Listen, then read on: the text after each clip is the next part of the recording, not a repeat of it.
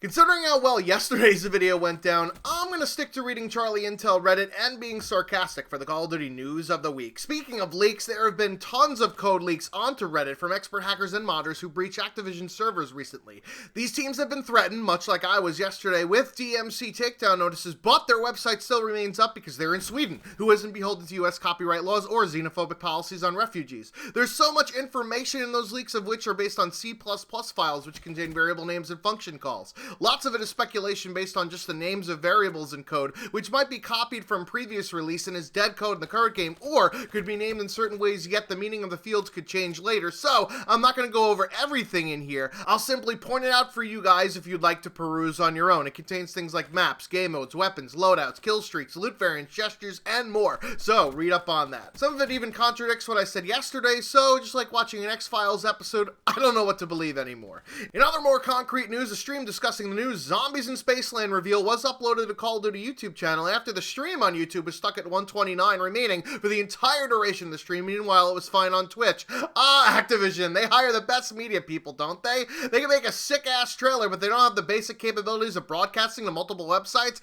Anyways, Jay Farrow does his best effort to try and make developers and the Zombies mode seem more interesting, but he just comes off as extremely cringeworthy. We did learn a lot about Infinity Ward is listening to the community of shitters who think Zombies has become way too fucking complicated recently. All of the song and dance to help me get items in order to survive rounds later isn't really any fun, which is what players of No Man's Sky quickly learned. We found out a lot of things about how much more casual Zombies will be, including a bank system, a lost and found to retrieve items from when down, an arcade to play games when you're dead in order to win your life back, fate and fortune cards to give you extra perks, a challenge robot to give you rewards for doing stupid gimmicky shit like field orders, a shared weapon leveling system with multiplayer, and a tutorial mode with pop-ups indicating to you what the fuck to actually do. CoD is already a kid's game. Why not include training wheels for your training wheels, boys? There's also that shit you'd expect from any run-of-the-mill Zombies experience like Easter eggs, traps, perks, and special weapons. Ho-hum, way to rock the boat, guys. There is also a Zombies box that was open on the day of the trailer release to those COD cocksuckers, which contain items that look like they belong to the time setting of the Zombies in Spaceland. Some of the items included sweet Converses, which are most definitely not wide enough for normal human feet, a neon fanny pack in case you're an Asian tourist, some t-shirts from a sweatshop, an orange hat with gray lettering on it. Seriously,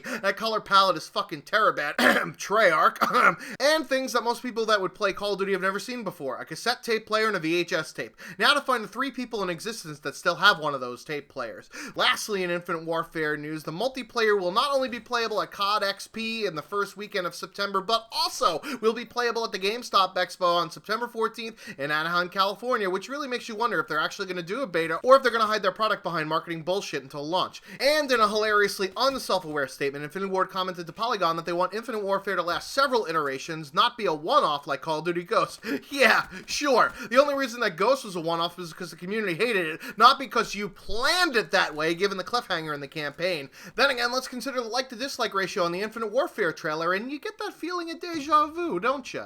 On some Black Ops 3 news, the 4th DLC installment was accidentally leaked by the PlayStation Store, who's responsible for more copyright fuck-ups than hackers, and they don't get nearly the amount of flack. Maybe that's why they need to raise the price of PS Plus to ensure idiots aren't running the storefront. Anyways, it's going to be called Salvation, and the images of the 4 main Zombies characters fighting atop Dr. Evil's favorite setting, liquid hot magma. This is fueling speculation that the 4th DLC installments will be a zombie-only DLC, like in the original Black Ops Resurrection, which contained 1 new Zombies map and 4 reskins of the World at War Zombies maps ported to the new game. Considering that this game is more recycling than clear plastic bags in New York City, I wouldn't put it past Treyarch to mail it in for the last DLC for this game. However, prior to Black Ops, the DLC model was only 2 map packs being released per game, with Black Ops being the first to release 4, 3 of which were multiplayer heavy with 1 Zombies map. Could it be that there is a free DLC number 5 in the works? Fuck no. Not with the news that microtransactions made Activision wait for it, another Dr. Evil thing again. $1 billion in an earnings call recently. If these kids keep getting their hands on their mom's credit cards, then Activision is going to oblige them. Speaking of which, an update was released last week for the game, which rolled out additional layers of microtransaction for Call of Duty points in case you need even a longer supply drop opening video in order to make money off of YouTube. They also nerfed the Vesper back to the level it was before the previous patch, which just signals to me that Treyarch isn't even bothering to test their sliders before just throwing it out there to see what happens. Gotta stay employed somehow, right? There's also new contracts and a community challenge for games played that will unlock special items for everyone. If 350 million total games are played by September 2nd, which is when Call of Duty Champs will be played, then everyone gets gets a brand new melee weapon, the Prize Fighter Boxing Gloves. So, punching with bare fists is a 2-hit kill, but padded boxing gloves is a 1-hit kill? Sure, that makes sense to me. At 2550 and 75% of the 350 million gold, different calling cards will be awarded, of which the 25% mark has already been hit. Way to go, No Lives. There's also a CWL Championship personalization pack, speaking of microtransactions, for the small price of 200 COD points, of which contain a camo and a calling card. However, since Activision is spelled with a $sign, none of the proceeds actually are going towards the prize pool.